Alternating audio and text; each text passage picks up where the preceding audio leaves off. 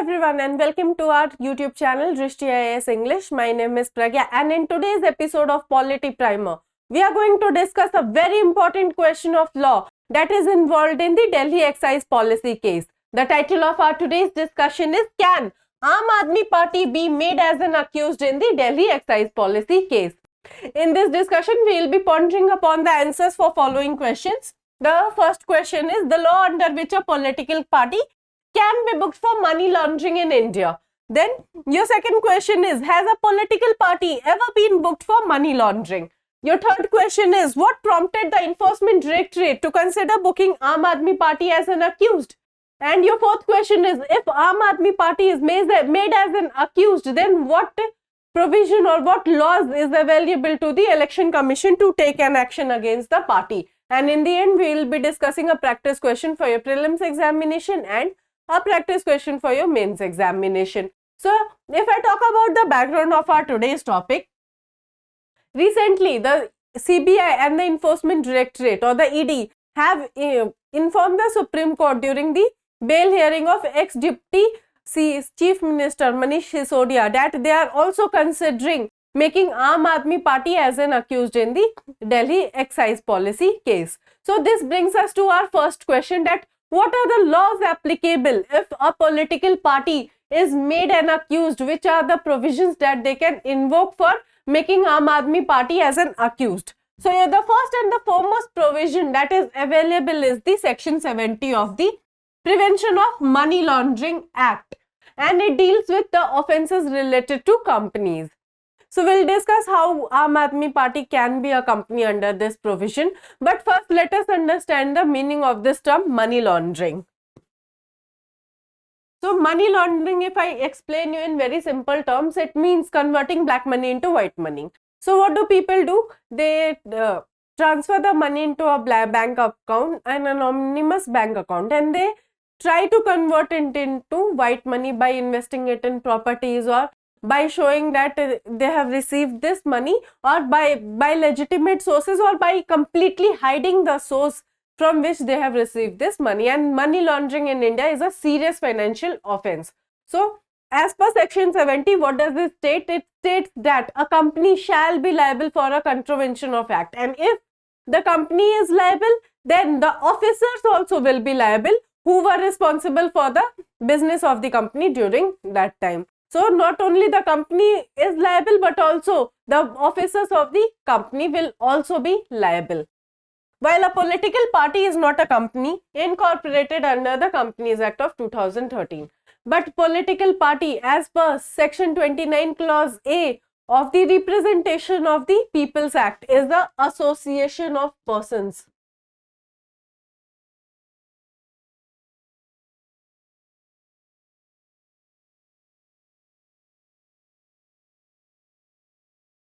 So, if we talk about a company in very simple terms, company, what is a company? It is associations of persons, right? For example, A joins hand with this person B to indulging in a business. So, what will A and B do? They will incorporate their company under the Companies Act or under the Partnership Act, Limited Liability Partnership Act. And A can also form a one-person company. So, all of these are legal terms, which is not the issue in our discussion today. But yes, company, if I simply state, it is an association of persons. And Section 70 involves a very important explanation. And the explanation states that for the purposes of Section 70, company means any body corporate and includes a firm or other association of individuals. So, that is why Section 70 can be invoked to make Aam Aadmi Party as an accused, because association of individuals under Section 29A, as we were discussing before, a political party is an association of individuals, association of persons. So, definitely it can be brought within the purview of Section 70 of the Prevention of Money Laundering Act, and that is how it is possible to make them as an accused. Now, there is this another question. This brings us to another question of our today's discussion, that Has a political party ever been booked for money laundering in India? So my answer is no. If Aam Aadmi Party is booked for under the Prevention of Money Laundering Act, this will be the first instance throughout our in independent history that a political party will ever be booked under the Prevention of Money Laundering Act. Though it is possible under the Income Tax Act, but the Prevention of Money Laundering Act is silent on these points, and Section 70 only talks about a body corporate, a firm, or a association of individuals. It does not talk particularly about a political party. But if you ask me whether this instance has happened before, no, it has not happened in India. Trusts and NGOs are already under the PMLA ambit, and recently in May, the Finance Ministry in a notification included trustees of an express trust also within the provisions of this Prevention of Money Laundering Act. So what the Finance Ministry or what the government is trying to do? It is trying to make Prevention of Money Laundering Act a very stringent provision to enforce the money laundering regime in India, to prevent the money laundering which is happening at a rampant speed in India. So that is why this provision is very strict, and no political party has ever been made or has ever been accused under the Prevention of Money Laundering Act. Now let us examine our third question of the today's discussion. What prompted the enforcement director to consider booking Aam Aadmi Party as an accused? So this question comes to our mind also, that if the ED was proceeding against the leaders of the Aam Aadmi Party, how come they are thinking about making Aam Aadmi Party also an accused? So they are utilizing the concept of vicarious liability. What is this concept of vicarious liability? It is a very important concept under law of torts, which states about a master-servant relationship. Master-servant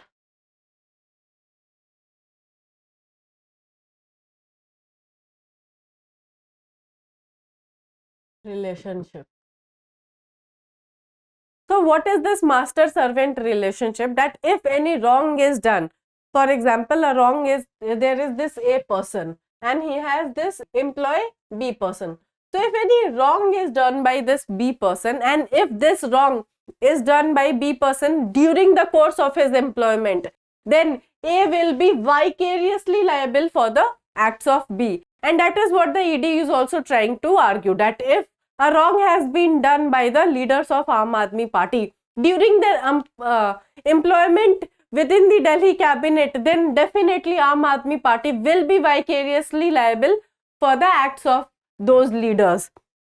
And the main allegation of the ED also is that Aam Aadmi Party was the recipient of the proceeds of the crime in the excise scam. So when the Supreme Court bench was hearing the bail petition by Manish Sisodia, they asked this very important question to the ED, that how are you planning, like Manish Sisodia single-handedly is not involved in the excise scam, and neither did the proceeds of the crime went into his pocket. So if there is an involvement of a political party, his main political party, that is the Aam Aadmi Party, then why Aam Aadmi Party has not been made an accused? Why are you not proceeding against the Aam Aadmi Party? And if you are contemplating of proceedings against the Aam Aadmi Party, which the CBI and ED has informed to the Supreme Court, as we were discussing in the background, then the Supreme Court asked the CBI and the ED's advocate that whether they are going to file the separate charges against the Aam Aadmi Party, or they are just going to add Aam Aadmi Party as an accused in the present case itself. So the next hearing will be taking place on Tuesday, and the Supreme Court has asked the advocate of the CBI and ED to clarify all of the provisions. So we know the latest position that yes, CBI and ED is contemplating to make the Aam Aadmi Party as an accused, because they are alleging that the crime proceeds were used by the Aam Aadmi Party mainly in the Goa Assembly elections. So that is why they are contemplating making Aam Aadmi Party as an accused, and they are planning to utilize two important provisions. First is the provision we understood of the Section 70 of the Prevention of Money Laundering Act. Then there is the second provision of vicarious liability.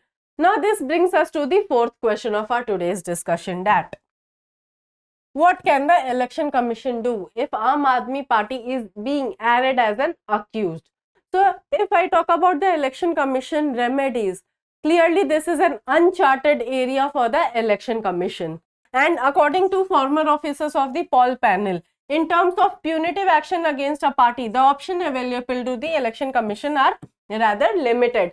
See, we were discussing that this has not happened in the history of independent India, that a political party has ever been accused of such grave irregularity. So our Representation of People Act is also silent upon what to do in those circumstances, what can the actions that can be taken by the Election Commission.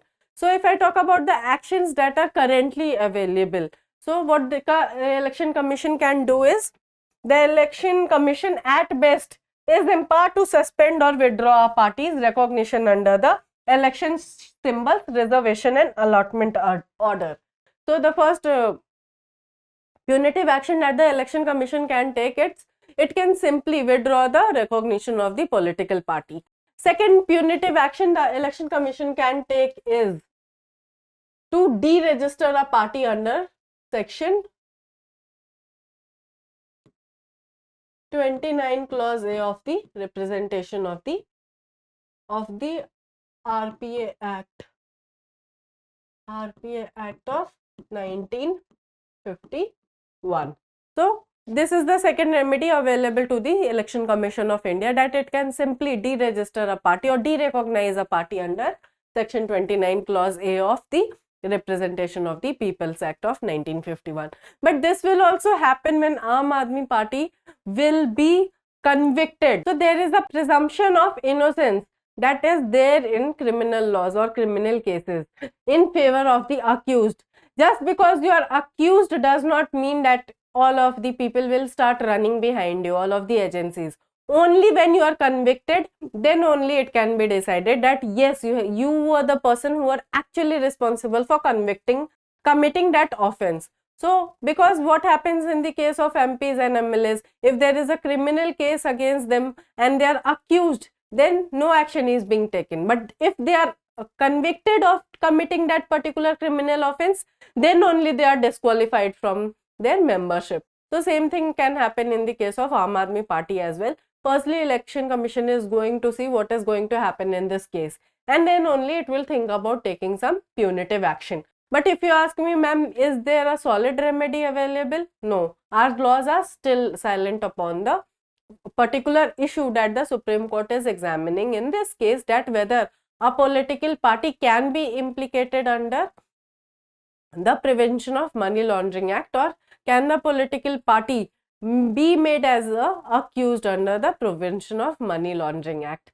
So we have tried to find an answer to the following 4 questions which we were discussing, that what are the laws applicable if the political party has to be made as an accused. We discussed section 70, we discussed its important explanation. In fact, there is this explanation 2 also in section 70. Just a second. So in this section 70, there is this explanation 2 as well.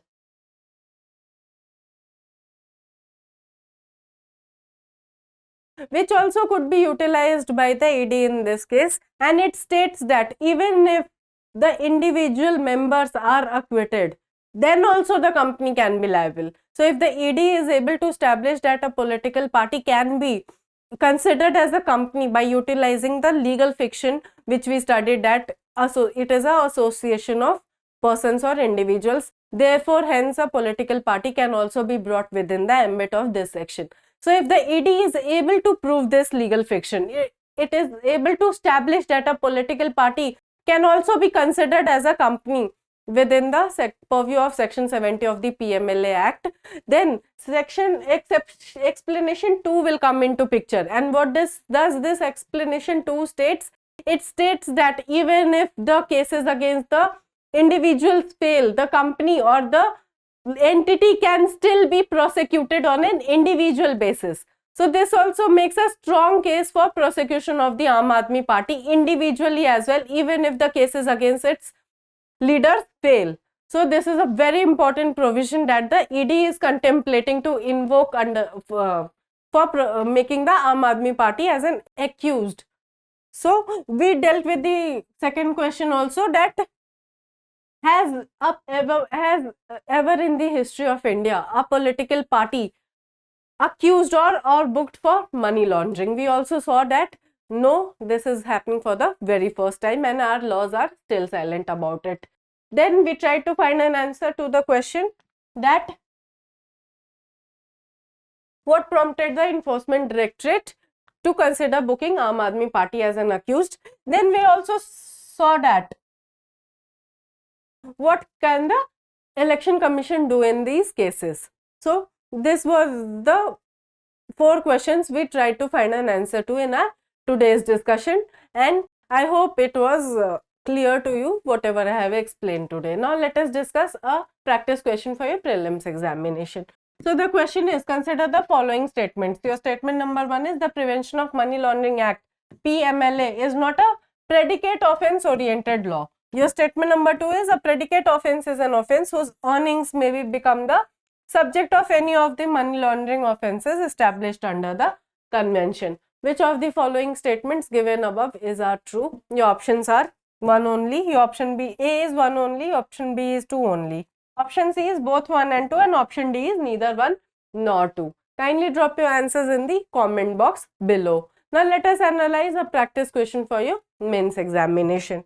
So the question is, discuss the opportunities and challenges associated with the Prevention of Money Laundering Act of 2022. So in the introduction, you will write about what is money laundering, converting black money into white money, simple terms. Then you will explain in the body the objectives of the Prevention of Money Laundering Act. Then you will write about what are the challenges that is being faced by this act. First of all, it is very difficult to establish that who has committed this money laundering. Secondly, the rate of conviction is very low under this act. So you'll write all of this and you'll conclude by giving a holistic way forward that yes, the act itself is very important to prevent the money laundering activities in India. But yes, we require some of the more like some provisions should be made more stringent in nature, and definitely there is a need to reform this act so as to be suited to the present circumstances. You can conclude by giving a very holistic approach. I hope this session was insightful for you. If you have any feedback regarding this session, kindly drop it in the comment box below. If you found today's discussion helpful, kindly like the video and subscribe to our channel for more such updates. Thank you.